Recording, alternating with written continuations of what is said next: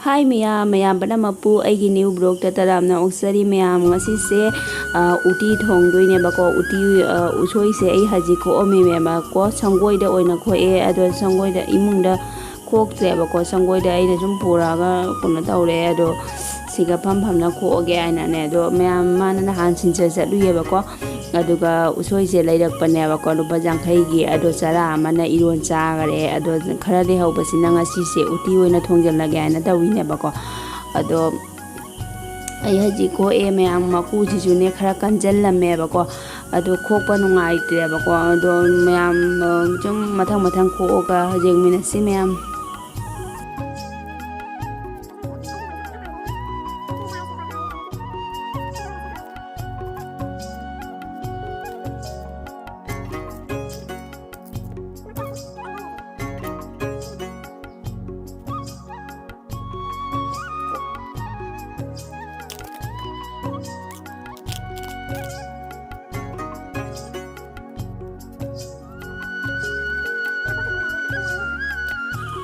mayam ai haji usoi se soiba haure bako ado mayam uti thongba da thakpagi usoi si de bako akoi gi tharap tawraga ja haw bane bako lokhona sabado ado aina soiba se jamna di pa de tharap tawiya ba ado mayam ai haji ai su jamna soiba de haite ado su soijare mayam si kathoe ado mayam imuna pusalaga mujinga lage motor do siga leire ado motor se jeng ngarang tingam dare bako ngasi ayukta ising asaba tawraga tingi ne bako sum dai mayam su sum ising asaba dane tingbi wa bako ayukta sum tingaga jabane khara nganna tum hogot paga ko ado usoi duna siga leire bako usoi do e bako samdoe kukur da hapcha lage jinga wasi mo hapage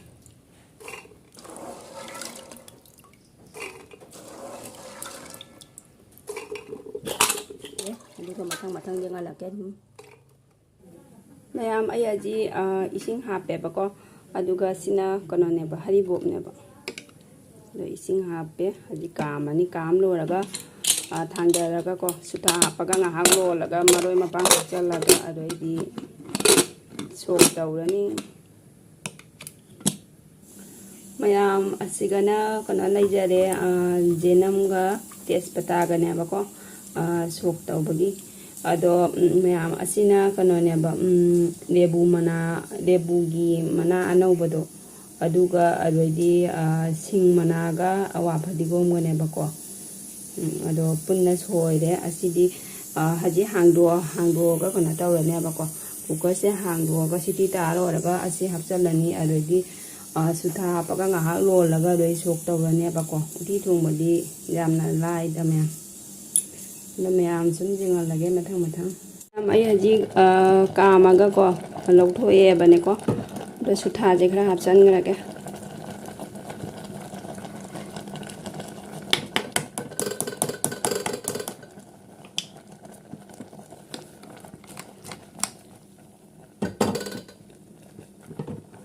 sutha se hapaga ngahak sawalaga ko sok tawraga jarani do mayam asagi kana do sing mana awa phadigom kari ka do hapchan ngrage haji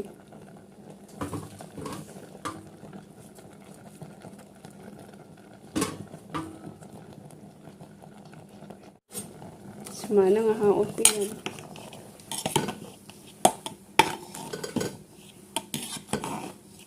sutha hapchalaga saugalaiye mayam sigana kana tawi bako aina ne lapu thro ka soijare lapu thro siga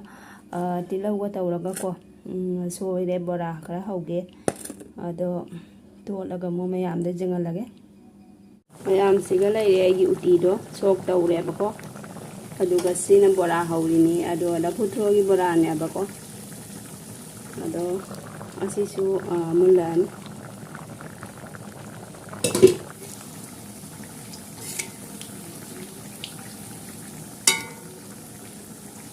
mayam aigi khang se ko aigi khang se ngarang pheng bada ko mana tat khare ba ko ado mana tat khra su dum nungai na mayam sijinari ado mana tat khra su dum sijina bari jaida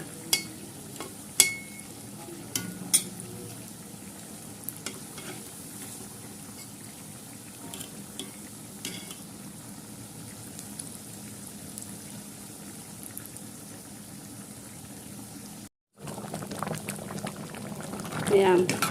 uti se mulle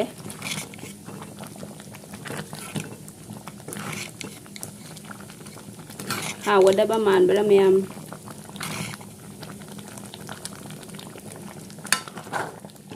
phak phak lao na thuong ngi mèo ko ma hi ga jam hap te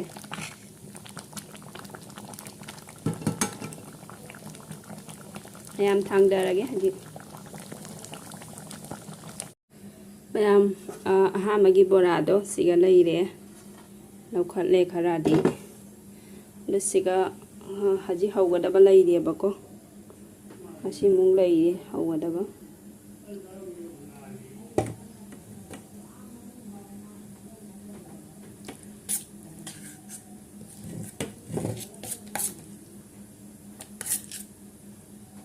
masidi chamos na oina hape kunna pai de to padi kunna to de mi ma'am na ta di jaro e ba ko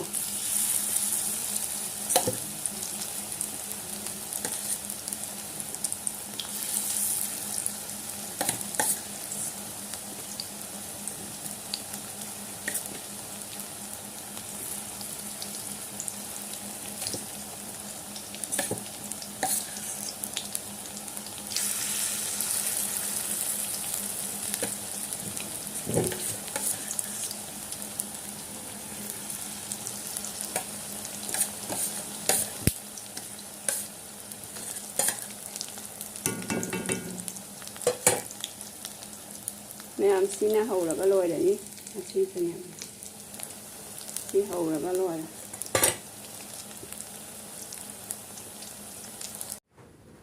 mayam haji akoi chak tok na loi ba ko mayam da jum chak cha ba di ucha ho da de lang wa kari ga tau na ne ko ado mayam haji chak tok na loi rak pa da nungsa khusa se je ngo mayam ase uti thong ba sa sal le ba ko ngasi se ado usoi do lai ba du da chaning man ngi na uti thong ba che cha sal le nungsa si din loi re mayam tau ri che jong khusa am ne ai sin hai kana de mayam buki da in thai ba ne ko in da lak lai ne ba ko wai khu se ado akhoi gi buki do wai khu jam sa thi na lai ba ko amuk ta ne tara muk lak pa manga taruk lak pa du mana tawi ba ko ase ani rak chon lagi ne ba ado ani rak son ba lak lai ne ado khu jam ji de jong me jam dra sanu jami chikcha rak cha ni nang wanda mama amma ka kin matin jawo pai no ni na kuto shi matin jawo de karamba to shi oh machin jaw de jawi he to shi jukai jawi shi di to shi jawo de shi jawi he kwanda na dawi ni chikcha rak cha ni bo cái nó mỏng cơ lầm xăm ni yam se ani lak son bada lak lai ni jong kem sa ti na jang wam ase phajana ngau ra ga sa da ni sanu sa ga tra ai hau ba ni wai ku ngau ba ado me am ase kuntra ni phu mo ra ngone ba ko ado hajek chu cholu ra di lak lak ka ni wai ku ado kana daw ya ba se bora su sa nai hau ra ga ko gi phajana sugai ra ga ko sem ma ga ne beson ga to laga janam ga to laga bora su hawe janam ga hapa ga ngapu ma ro asina choriya da ne kana taw ge to ba haidu ho ka ne noina chat khia ba aduna ne choriya da haidok tare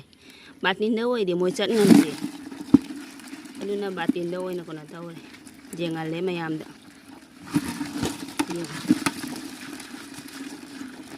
yam da ki jai asiga na ngaprum da jo e ngaprum ni me ꯆꯥꯎꯗ꯭ꯔꯥ ꯁꯦ ꯂꯨꯄꯥ 50ꯗ ꯂꯧꯍꯧꯋꯤꯅꯦ ꯍꯥꯏꯌꯦꯕ ꯐꯥꯔꯤꯔꯣ ꯁꯦ ꯂꯩꯍꯧꯔꯤꯕ zone ꯂꯥꯛꯄꯗꯩ ꯃꯀꯣꯛꯁꯦ ꯌꯦꯡꯉꯨ ꯁꯤꯁꯦ ꯑꯃꯨꯛꯇ ꯈꯨꯆꯥꯎ ꯑꯃꯅꯦ ꯃꯌꯥꯝ ꯂꯨꯄꯥ 50 ꯃꯆꯤꯟꯁꯦ ꯃꯆꯤꯟꯁꯦ ꯃꯆꯤꯟ ꯀꯃꯥꯏꯅ ꯇꯧꯒꯦ ꯃꯆꯤꯟꯁꯦ ꯂꯨꯄꯥ 50ꯗ ꯂꯧꯍꯧꯋꯤꯅꯦ ꯍꯥꯏ ꯂꯨꯄꯥ 50 ꯍꯥꯏꯗꯤ ꯀꯌꯥ 50 rupees ꯁꯤ ꯁꯣꯔꯤꯌꯥꯗ ꯊꯝꯒꯦ ꯄꯨꯝꯃꯗꯤ ꯁꯦ ꯄꯨꯝꯗꯦ ꯅꯥꯟꯕꯅ ꯁꯣꯔꯤꯌꯥ ꯑꯗꯨꯝ ꯃꯌꯥꯝ ꯆꯥꯎꯗ꯭ꯔꯥ ꯆꯥꯎꯗꯤ ꯌꯥꯝ ꯆꯥꯎꯔꯦ ꯃꯇꯨꯝꯁꯦ ꯆꯥꯎꯔꯅꯤ ꯁꯦꯝꯃꯒꯁꯨ ꯆꯥꯎꯔꯅꯤ ꯃꯀꯣꯛꯇ ꯅꯥꯜꯂꯦ ꯊꯨꯀꯠꯆꯗ꯭ꯔꯥ ꯄꯥꯏ ꯉꯝꯕ꯭ꯔꯥ ꯅꯪ ꯍꯥ ꯁꯥꯅꯨꯅ ꯉꯥꯄ꯭ꯔꯨꯝ ꯄꯥꯏꯔꯤ ꯍꯧꯖꯤꯛ ꯅꯪ ꯆꯥꯒꯗ꯭ꯔꯣ ꯍꯣꯔꯦꯟ ꯄꯥꯆꯧꯅ ꯊꯣꯡꯉꯒ ꯆꯥꯒꯗ꯭ꯔꯣ ꯁꯤꯒ ꯍꯥꯝꯃꯨ ꯑꯩꯉꯣꯟꯗ ꯏꯁꯤꯜꯂꯛꯀꯅꯨ ꯄꯠꯆꯩ ꯍꯥꯝꯗꯣꯛ ꯐꯖꯅ ꯑꯥꯗ ꯍꯥꯝꯃꯨꯆꯣ ꯏꯁꯤꯡꯁꯦ ꯌꯥꯗ꯭ꯔꯦ ꯃꯣꯠꯂꯦ ꯉꯥꯄ꯭ꯔꯨꯝ ꯌꯣꯛꯄꯒꯤ ꯑꯥꯗ ꯐꯖꯅ ꯍꯥꯝꯗꯣꯛꯆꯣ ꯌꯣꯛꯈ꯭ꯔꯒꯦꯀꯣ ꯌꯣꯛꯁꯟꯈ꯭ꯔꯒꯦ ꯃꯌꯥꯝ ꯆꯥꯎꯗꯤ ꯆꯥꯎꯔꯝꯃꯦ ꯐꯖꯅ ꯉꯥꯄ꯭ꯔꯨꯝꯁꯦ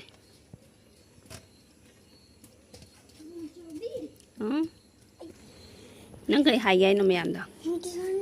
ꯀꯩꯁꯨꯝ ꯍꯥꯏꯅꯤꯡꯗꯦ ꯉꯥꯄ꯭ꯔꯨꯝ ꯆꯥꯎꯔꯦ ꯍꯥꯏꯔꯣ ꯑꯇꯩꯗꯤ ꯑꯇꯩꯗꯤ ꯕꯥꯏ ꯕꯥꯏ ꯇꯤꯚꯤ ꯌꯦꯡꯉꯨꯔꯒꯦ ꯍꯥꯏꯃ ꯆꯪꯈ꯭ꯔꯦ ꯍꯣꯏ ꯕꯥꯏ ꯕꯥꯏ ꯑꯁꯤ ꯌꯣꯛꯁꯜꯂꯒꯦ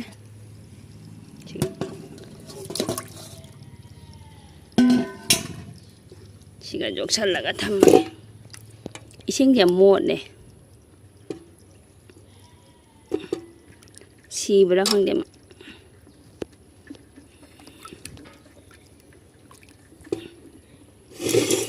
ꯅꯨꯡꯁꯤꯠ ꯈꯔ ꯆꯠꯍꯟꯒꯦ ꯅꯠꯇ꯭ꯔꯗꯤꯅꯦ ꯀꯩꯅꯣ ꯇꯧꯗꯦꯕ ꯁꯤꯒꯤꯅꯦꯕ ꯉꯥꯄ꯭ꯔꯨꯝꯁꯦ ꯅꯨꯡꯁꯤꯠ ꯆꯠꯍꯟꯒꯦ ꯑꯩꯁꯨ ꯉꯥ ꯑꯆꯧꯕ ꯑꯃ ꯂꯥꯛꯑꯣ ꯋꯥꯏꯈꯨ ꯌꯥꯎꯔꯤꯅꯦ ꯋꯥꯏꯈꯨ ꯌꯥꯎꯔꯤ ꯍꯟꯗꯛꯁꯨ ꯑꯍꯨꯝꯈꯛ